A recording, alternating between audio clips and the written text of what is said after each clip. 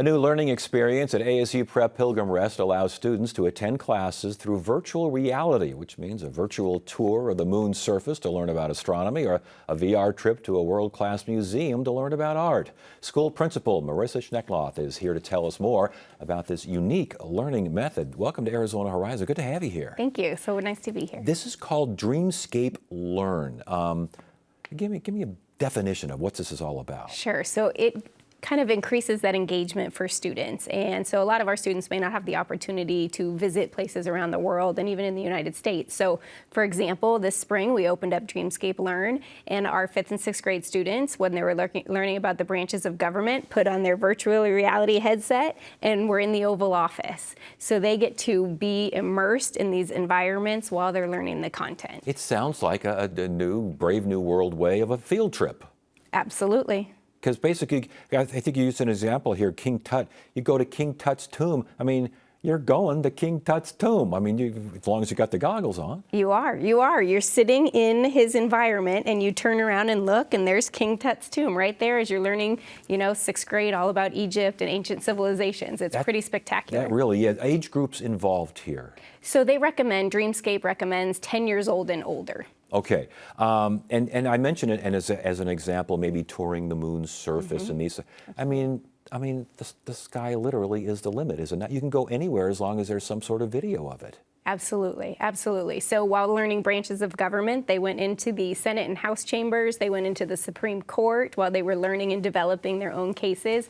It just increases their engagement and their curiosity with, like you said, no limit. And I like to study the ocean from 30 meters below the surface. You're there, 30 meters below the surface. You're swimming with the animals, swimming with the fish. Now this is some kind of partnership involved here, correct? Yes, absolutely. So ASU Prep Pilgrim Rest partnered with, and actually ASU itself partnered with Pilgrim Rest Baptist Church Foundation, and their leader, Elder Yarbo, really partnered together and really invested in our school community and the education and bringing Dreamscape Learn Pod onto campus. So it's a fantastic partnership, and we couldn't have done it without them and the additional funders. The impact on student engagement, what are you seeing? So we're really going to test that out from pre-testing at the beginning of this school year, now that we'll have it for an entire year, based on other prior test scores we've had of the same content, and now bringing in that virtual reality piece. Since the pandemic, we've really challenged by keeping kids engaged and keeping them curious, and we're battling the gaming situation. And so now we're really bringing that into their learning environment, so you should see their faces when they put on their headsets. The post-COVID recovery that you referred to there, how difficult has it been? And I mean, this could be a real game changer in something like that. Absolutely, absolutely. So in so many different ways, when they were learning at home, it really brings equity and access into the classroom.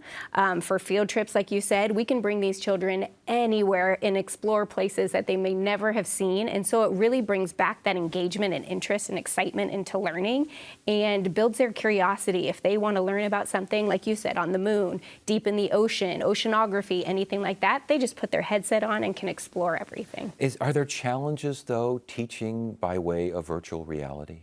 Yes. So just like any kind of game time, screen time, you want to limit it. So we do about 20 minutes a week actually in the immersive classrooms or in the experiences, so that excitement stays up there. Yes, you can see it's a wonderful thing for the students.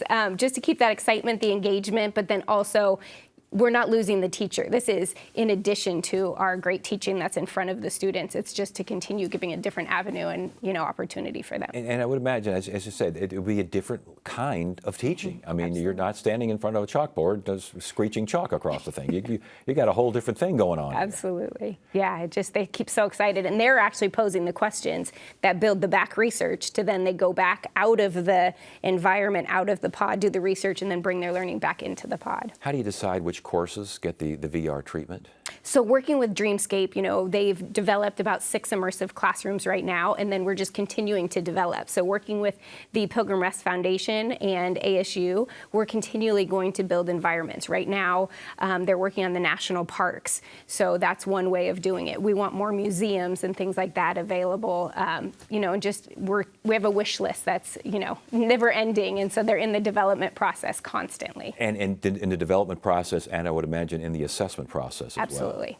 And how does that, I mean, as you mentioned, the start of the next school year will be the real, where the rubber meets the road kind of thing? Absolutely. Since we're the first K-12 school in the nation to have a virtual reality learning pod, we really want to see what does it do for children's education, engagement, and their achievement. I was going to say, first school to do this. That's quite the unique experience. Have you got people watching over your shoulder, kind of seeing how it's working, how it's doing? Yes, lots of people are curious, Yes. right? Is this really going to work? How are you implementing it? And that's really why we wanted to, just as we brought it on in the spring, kind of do a mini lesson, mini introduction to the students, and to give the teachers a time for planning, because obviously it brings a whole nother component to our lesson planning and how you're aligning it to those standards. So we're very excited. Last question before you go. ASU Prep Pilgrim Rest, how long has it been around and what exactly is it? So this is only our second year in existence, and ASU Prep is ASU's charter. So we're really about who we're including, not excluding. So it's literally right down the street at 15th and Jefferson, and it's open to all students. We're K-6, and this coming fall we're adding 7th and 8th, so we're kinder through 8th grade, and we welcome everybody. A lot of growth going on. Marissa, thank you so much for joining us and continued success. Thank you so much for having me. Thank you.